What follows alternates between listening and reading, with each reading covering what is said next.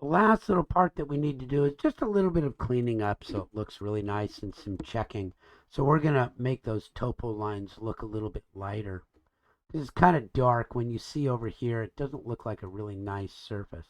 So the other thing we're going to do is we're going to look to see if I click on it. That's a thing now. It is a topography. It's a topo surface. And I can tell how big it is, which is really, really cool. And I can also find out when it was created. That's a really neat thing.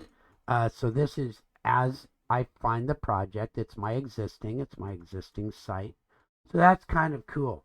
So now the other thing I do is once I've clicked on it and highlighted it, now you have to click on one of the lines. Then it'll turn blue. And then you right click, and we're going to look at the graphics.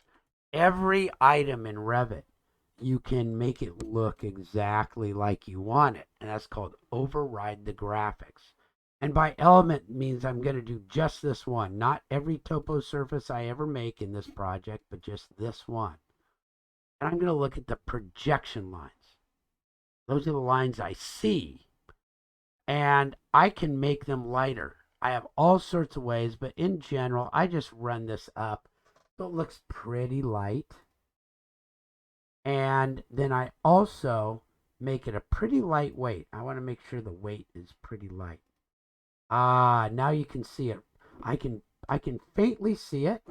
It's there, but it doesn't overwhelm me, so I can still see my property lines and where my building pad is.